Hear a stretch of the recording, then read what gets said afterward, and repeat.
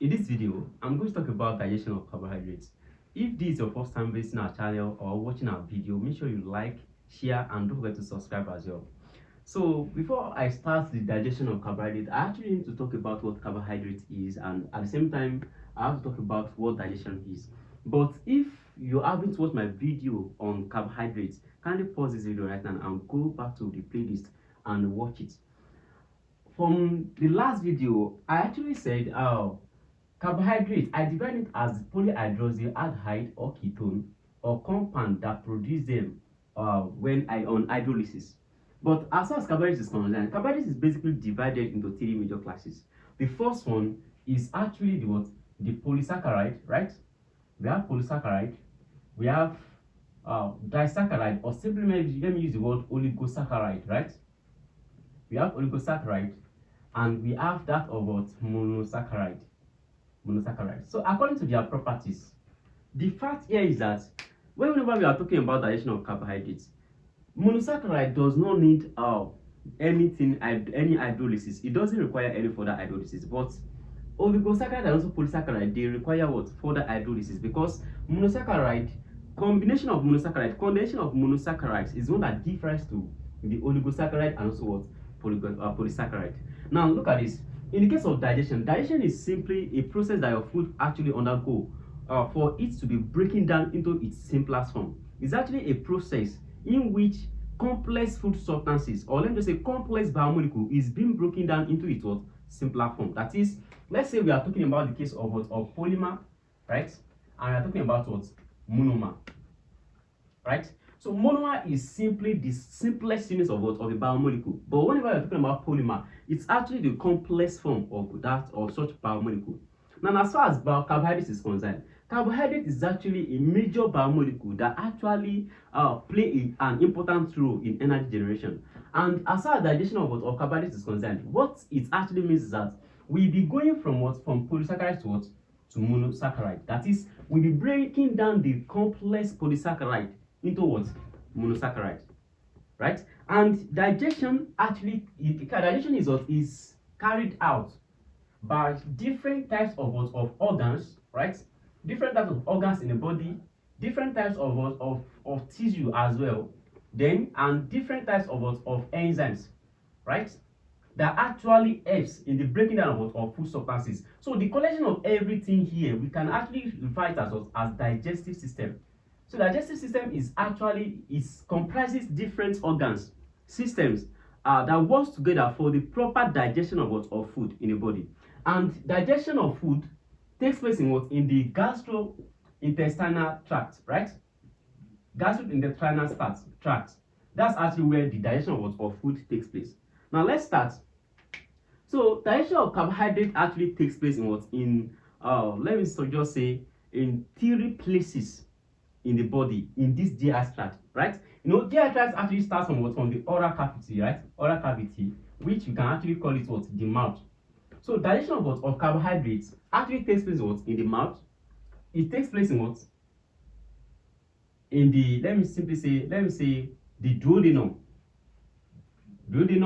And at the same time, it also takes place in what?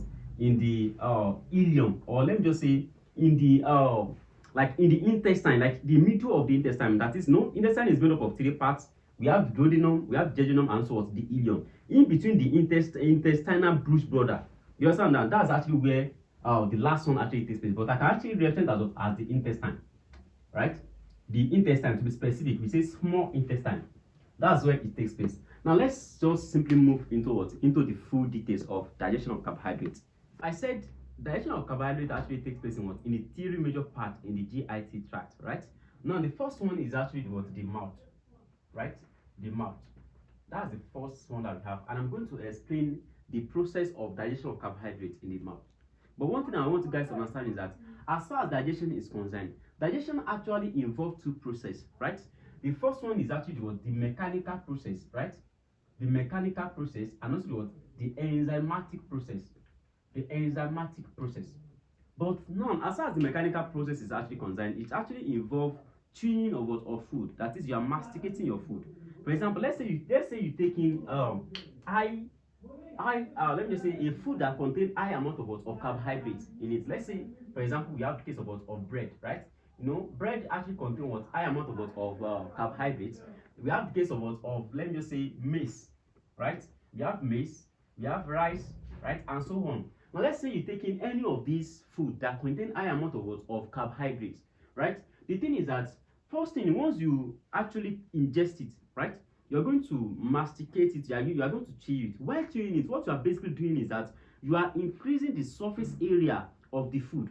That is, you are increasing the surface area of the food so that the action of the enzyme can be optimum, can be, let me say, the enzyme can actually perform its function effectively, right? So as far as digestion of carbohydrates is concerned, we have the mechanical and also what the enzymatic digestion, right? So once you ingest the bread, right, we all know that bread actually contains a type of carbohydrates, which is simply starch, right?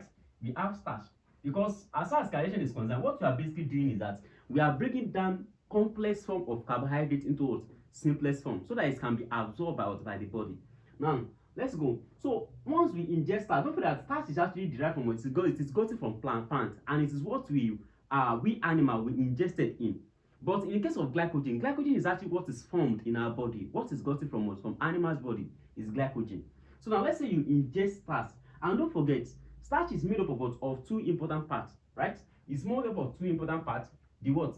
The amylopectin, and also what? The amylose. So whenever we are digesting carbohydrates, what we are simply digesting is what? Is the amylopectin and also what? Amylose. Then once you chew your bread, right? Then once you chew it, by chewing it, the enzyme, it will increase the surface area so that the enzyme can actually act on it. Now, what are the types of enzyme that will actually help in the digestion of this carbohydrate? It's very, very important for you to know the enzymes. The enzyme actually, they do not perform the same role, right? But one thing about them is that they are, enzymes are highly specific in nature. Whenever we are talking about the specificity of an enzyme, that is the specificity of an enzyme, that is the specific nature of an enzyme. We all know that enzyme is highly what specific. Now, the thing I want you guys to understand is that different enzymes that will be acting on this starch, there are two groups of enzymes. You understand? I actually group them into two. The first one, they are actually called the substrate specific enzyme. Substrate specific enzyme, they are specific to their substrate. Then the second one is actually what? The case of bond specific, right? It's bond specific and also what? Substrate specific. Now, as far as the case of amylopectin and amylose is concerned, what makes them different is that amylose is simply linear polymer of what? Of glucose. That is when you're having glucose that is joined together by what? Alpha glycosidic bond. That is what the case of amylose. But in the case of amylopectin, apart from having linear polymer, it is still what? Branch. So that shows that amylopectin contains two types of bond. The first one is what? Alpha 1,4 glycosidic bond. Glycosidic bond, right? And the second one is alpha 1,6 glycosidic bond. So these are the two bonds that are present in this amylopectin. But in the case of amylose, amylose is simply made up of what? Of alpha 1,4 glycosidic bond. It's simply made up of alpha 1,4 glycosidic bond. That shows that in the case of whenever you ingest your food, what will actually perform the digestion is actually the enzymes. The enzymes are the one that will digest your carbohydrates after you chew it, after performing the mechanical function in the mouth. The rest of digestion will be taking place, will be carried out by the enzymes, right? And what I want you guys to understand is that once you take in your carbohydrates, any source of food that are rich in carbohydrate, like starch, right? So what you basically want to do is that once you ingest it, your enzyme, your body wants to metabolize it, split it, so that you can get the simpler form, which is the case of glucose, right? Because your body can only absorb this linear form, these monosaccharides, which is glucose. That's what your body can absorb, not the complex form, which is the starch. And starch is a polymer of glucose, which is made up of amylopectin and also amylose. So in the mouth, basically, the first thing that happens in the mouth is that after you ingest your food will come across an enzyme which is called the salivary amylase. salivary amylase. Now, what I need to explain here is that as far as salivary amylase is concerned, salivary amylase is a type of, let me simply say, glycosidase enzymes. And the reason why is that it has glycosidase activity. It basically acts on what? Any carbohydrate that are connected with glycosidic bond. For example, now glycosidic bond is actually a type of bond that is formed in between what? In between two glucose, or let me say two monosaccharides, right? Let's say we have something like this, right? Let's say we have another structure here, another structure is here, another structure is here, another one is here. So we have something like this, right? So what you are seeing here is actually a structure of glucose, right? Structure of glucose. That's what you are seeing here, right? Now look at this. This bond is actually formed in between carbon number 1 and also what? Carbon number 4, right? So in that case, this is simply alpha 1 4 glycosidic bond. And one thing is that once you ingest your food, just imagine that we have complex structure of this. That is complex structure of this, right? And you want to break it down into what? Into its simpler form. That is into single sugar unit, into this single cyclic form. That's what you want to break it for. You want to break it into. But one thing that happens here is that once you ingest your food will come across what? Salivary amylase. And this salivary amylase, it is an enzyme, right? It's actually it functions in what? In a less acidic environment. What I mean by less acidic environment is that it has the optimum pH of what? Of 6.7, right? That shows that the pH is still what? Is still slightly, like, let me just, slightly acidic. Yes, the pH is what? Is still slightly acidic, but not alkaline completely, because anything exceeds 7 upward, they are alkaline. That is alkaline. But anything below 7, like the 6.7 downward, that is acidic medium.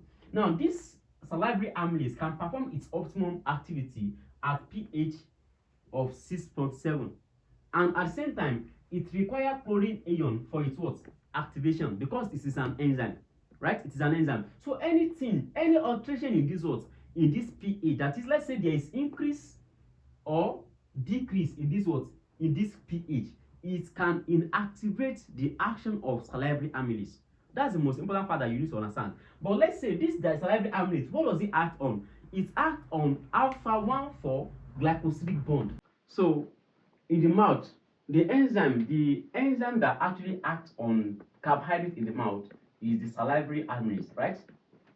Salivary amylase, which is also known as what? As thiolin, right? Thiolin. So this actually the enzymes that act on the food that you eat, the carbohydrate that you consumed. Now, what happened here is that what salivary amylase basically do is that it targets the polysaccharide or simply oligosaccharide that has alpha 1 4 glycosidic bond, right? Don't forget I said this enzyme, the enzyme that will actually be breaking down our carbohydrates, they are actually bond specific, and some are substrate specific. Now, in this case, this salivary amylase is actually a type of glycosidase enzymes. A type of glycosidase enzyme, that is enzyme that acts on what? On glycosidic bond. And it basically targets what? Alpha 1 4 glycosidic bond. That is what is target. So anything apart from alpha 1 4, this salivary amylase cannot act on it, right? The salivary amylase cannot act on it. Now let's say we have a structure of starch now, and let's say we have amylose and also what? Amylopectin. Let's say we have the structure now. Let's say we have something like this, right? Let's say we have something like this. So this is connected to another one. So we have something like this. We have them like this, connected to another one like this, right? So let's say we have something like this, and at this point, this is position 1, then this is another position here, right? So at this point, let's say we have another one here like this. Let me just put it here like this. Let's say we have another one here. So we have another carbohydrate here, right? This is actually connected to this guy here, right? So that's another one that we have here. And let's say we have them all over like this, right? Now, if you look at this is actually a typical structure of amylopectin, right? And what you are seeing here is you are seeing alpha. This is alpha 1,6. That is, the bond is formed between what? Between this carbon number what? Carbon number 6 of what? Of this glucose molecule, and also what? Carbon number what? Carbon number 1 of this. It's supposed to be carbon number 1 in this case. So I should have it like this, something like this here. So this is how I should have it. It's supposed to be carbon number 1.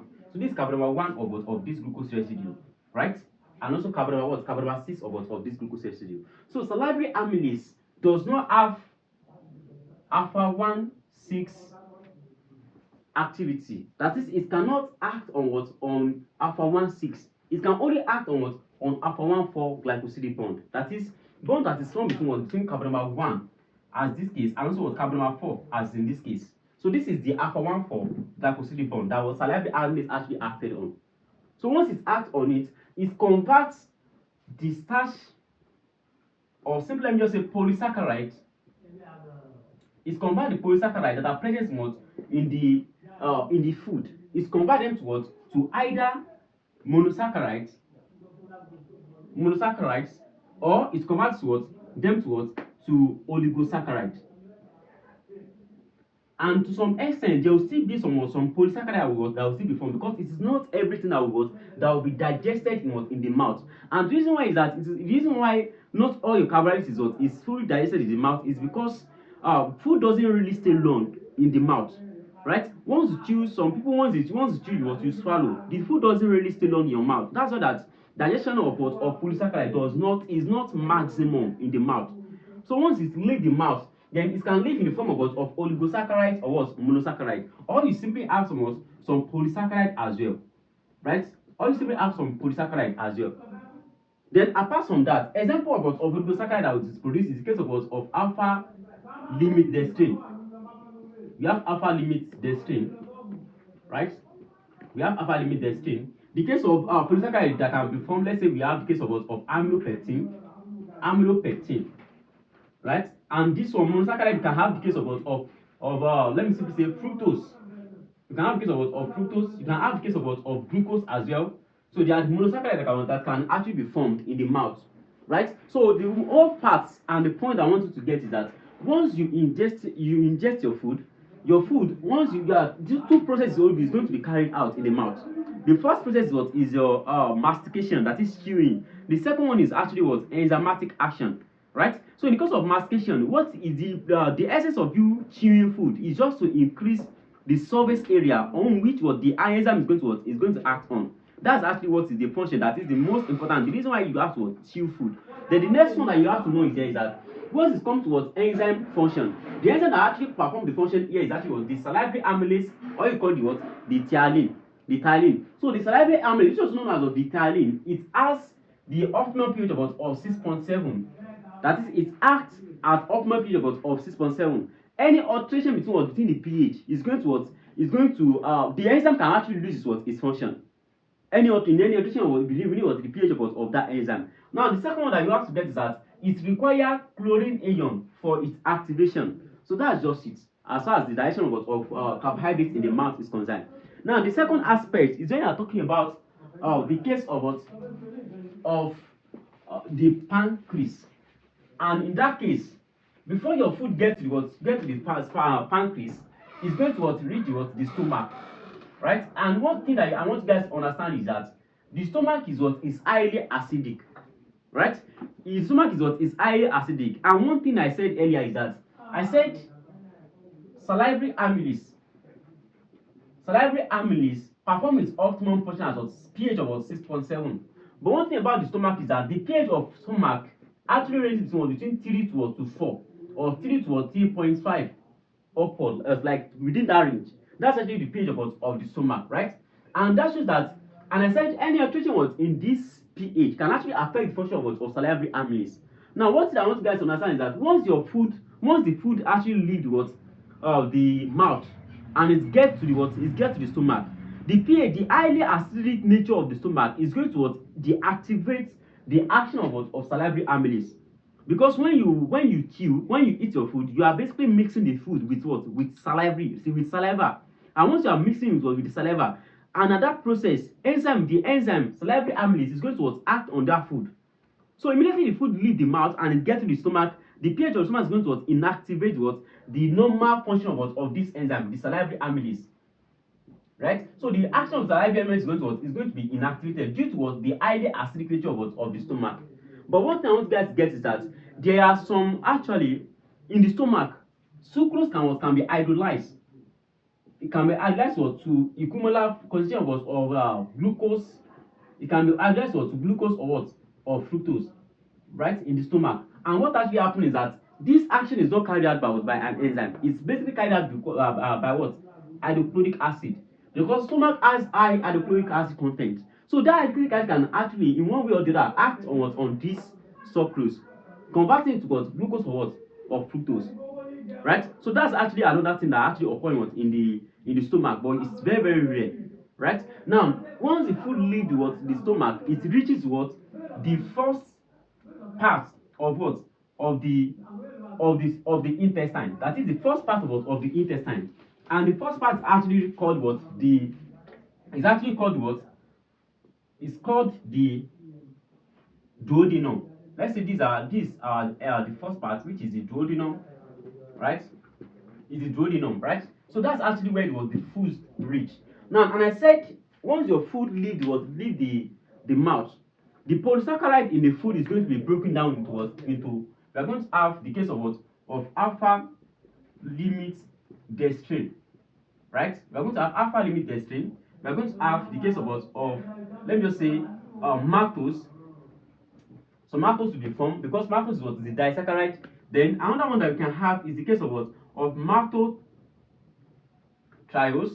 right? And to some extent we are going to have what? Let's say we have amylopectin, right? So let's say we have something like that.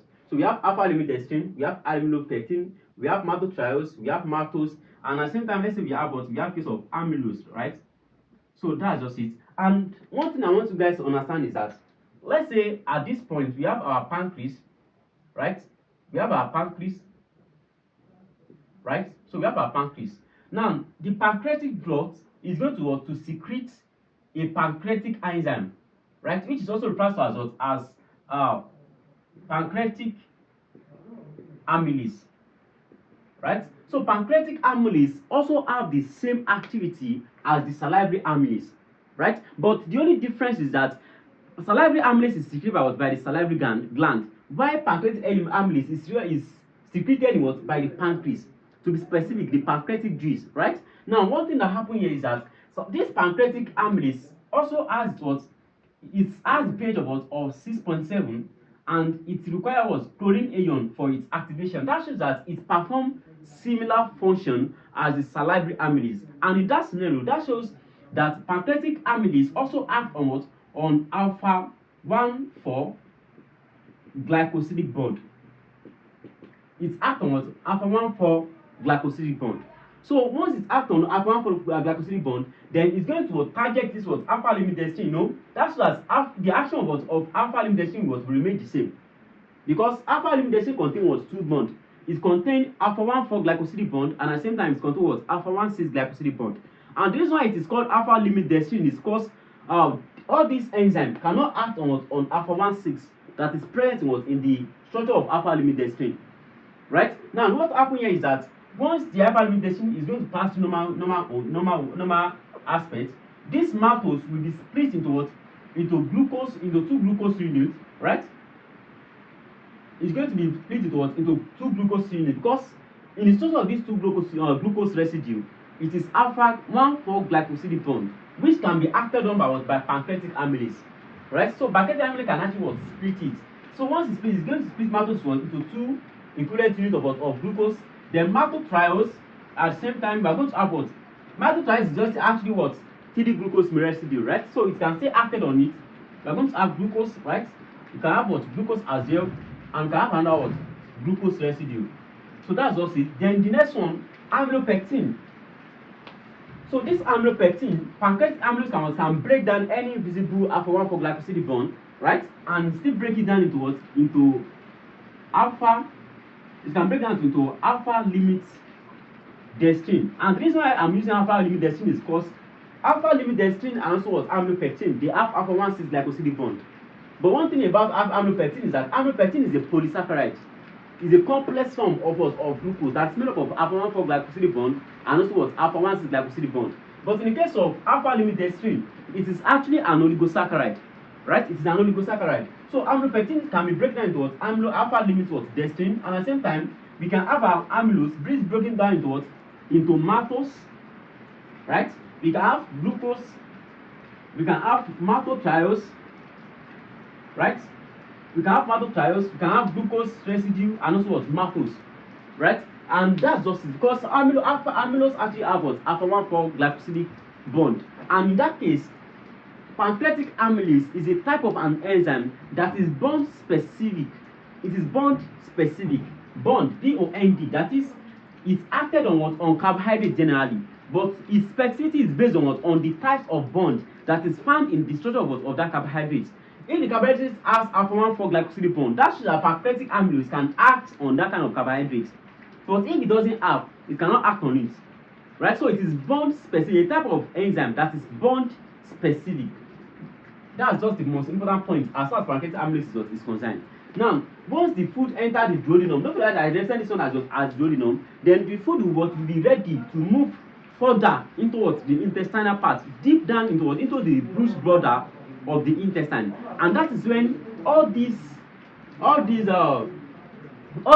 let me just say products that are called that are from the pancreatic amylase, all the products of the action of pancreatic amylase will now undergo further digestion by intestinal enzymes, or simply let me just say enzymes that are found in the intestinal mucosa. They are often regarded as referred to as bruised border enzyme. So that's actually, those ones are actually substrate specific. Now let's just move to that aspect. Now let's talk about the last part, which is the intestine, right? So once your food, I said something. I said once the food entered the pancreatic, the duodenum, the food is going to be acted on by pancreatic enzymes, that is pancreatic amylase, which also have the same activity as the salivary amylase. Now the product of the pancreatic amylase is going to be, we're going to have maltase. Let me say maltose, right? We're going to have the case of lactose as well. Let's say we have lactose. We have the case of lactose. Let's say we have alpha limit dextrin. And let's say we have the case of maltodextrose. So that maltodextrose is actually an oligosaccharide, a 3 sugar unit oligosaccharide, which is also referred to as trisaccharide. This maltose is actually what a disaccharide. Now let's say we have the case of sucrose, right? And let's say we have the case of glucose. We have glucose, we have fructose, right? We have galactose, which are actually produced from the digestion, from the action of salivary amylase and also pancreatic amylase. Now, what I want you guys to understand is that, according to the price of monosaccharide do not need to undergo further hydrolysis, right? Because your body can actually absorb them directly. So, glucose, fructose, galactose do not need any digestion again. They do not need to undergo first phase of metabolism, which is this one that we are talking about. Now, the next one is that once this food gets to the intestine, there is actually different types of enzymes that are actually waiting for them, right? So let me just indicate them here. Let's say we have the first one, the first enzyme here. Let's say we have the second enzyme here. Let's say we have the third enzyme here, right? Now let's say we have a more complex enzyme here. Right? Now let me just indicate, simply specify their name. Now let's say this enzyme, right? Let's say this enzyme is maltase, right? Let's say this is maltase. Let's say this is lactase, right? Let's say this one is actually isomaltase, or simply is actually a type of complex enzyme actually. So let's say we have sucrase here, and also let's say we have isomaltase here, right? So, and at the same time, let's say we have, I think that's all. So we can still have, let's say we have isomaltase here as well. Now what actually happened here is that Let me just replace this one with sucrose, right? Let's simply replace this one with sucrose. Now, here is actually called what? The intestinal brush border. That's actually where complex, let me just simply say, some different type of enzymes that are not bond specific now. In this case, they are substrate specific, right? They are substrate specific now.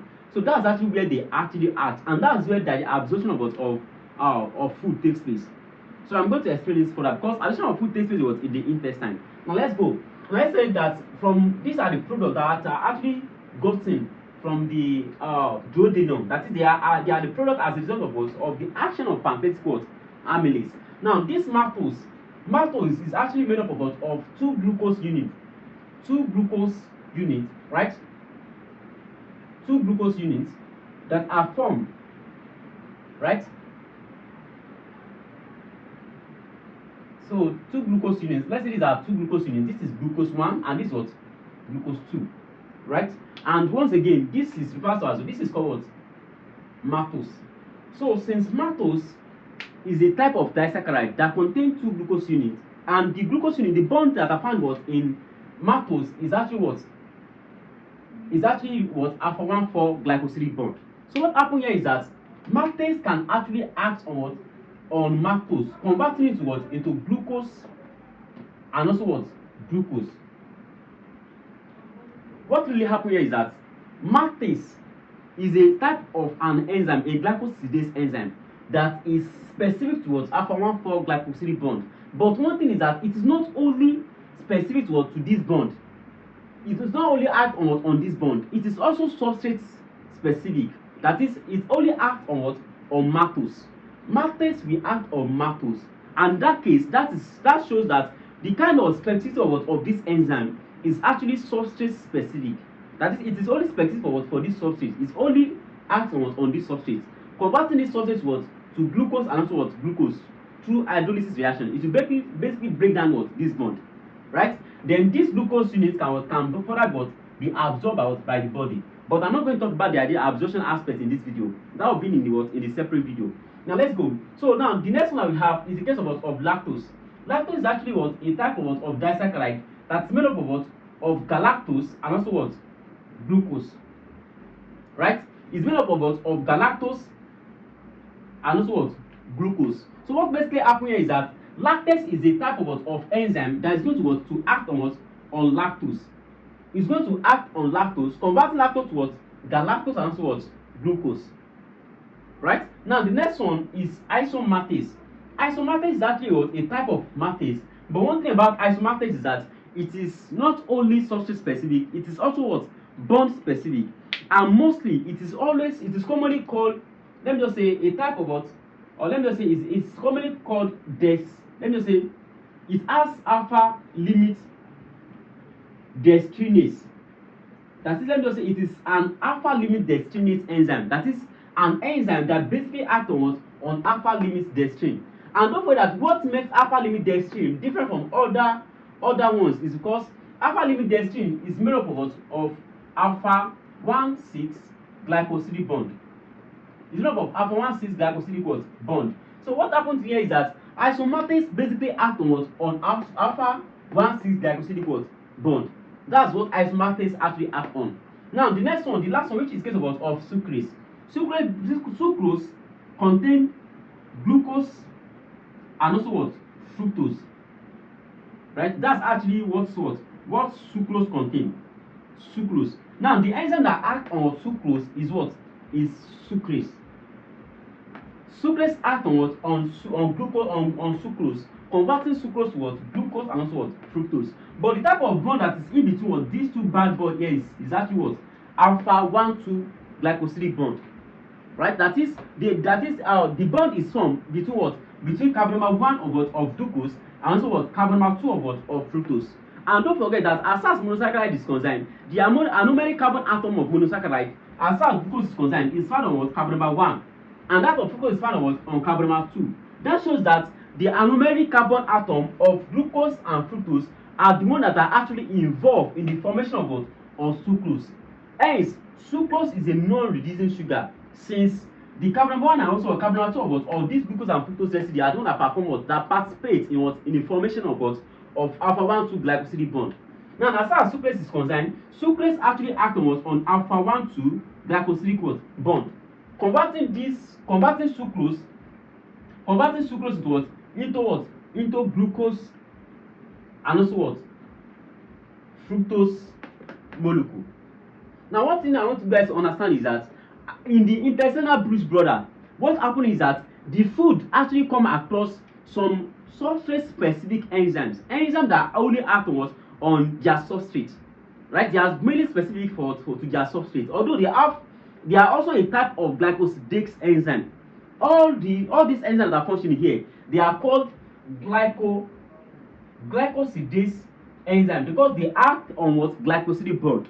As far as carbohydrate is concerned, carbohydrate is joined together by glycosidic bond. Now, the enzyme that acts on glycosidic bond are referred to as glycosidase, and we have different types of glycosidase based on based on their specificity. We have those ones that are specific to bond, while those ones that are specific to substrate. Right? Now, let's go. So once your food reaches the intestinal bridge border, right, all these substrates is converted to monosaccharide. All these disaccharide oligosaccharides are converted to their respect monosaccharides. For example, now that shows that at the end of the digestion that takes place in the intestinal bridge border, the product that we are going to be having is glucose. We are going to have glucose. We are going to have fructose, right? And we are going to have galactose. And to some extent, we can have pentosis, like the ribose, right? So, but the major monosaccharide that we're going to be having at the end of the digestion is actually glucose, fructose, and also galactose. That's when I said something from the beginning of this video. I said digestion of carbohydrates actually involves you converting your body converting the polysaccharide to monosaccharide, because monosaccharide are the one that can be absorbed by the body, not polysaccharide. And not us to break them down, we have to break the bond in between the monosaccharide unit that are found in polysaccharides. Check it down. So that's actually what's happening in this video. But this video actually shows us the first phase of metabolism, which is the primary metabolisms. Because these glucose, fructose, and galactose, in order for them to generate energy in the body, they have to undergo secondary and tertiary metabolism. And in that scenario, we are going to have series enzyme, different type of enzyme that is going to act on them, right? In a sequential order, right? And in that case, whenever glucose is being let's say broken down to generate energy, the step-by-step process that this glucose, fructose, or galactose is going to pass through for them to generate energy is actually referred to as pathway. So in that case, pathway is simply series of chemical reaction. It contains different types of enzymes that acted on a single product, converting them on a single substrate, converting them to products until energy is being generated by the body until the energy is being generated. Now, so that's just it. So another thing I want you guys to understand here is that carbohydrate is actually classified into two major categories that I want you guys to understand. The first one is the digestible carbohydrates, and the non-digestible carbohydrates. Digestible carbohydrates and the non-digestible carbohydrates, right? So in the case of the digestible carbohydrates, they are actually always commonly referred to as calorigenic. That is, they can generate calories, while the non-carbohydrates are non-calorigenic, right? That is, they cannot generate energy. Now, the example of dietary carbohydrates, let me use the word dietary carbohydrates. Dietary carbohydrates, carbs, that our body actually metabolize, that generates energy for our body, is actually the digestible carbohydrates. And in that scenario, we say they are calorigenic because they can actually yield energy. And the maximum energy for carbohydrates is actually 4 kilocal, right? That's 4 kilocal, right? So that's actually the actual calories that carbohydrates can actually generate for the body.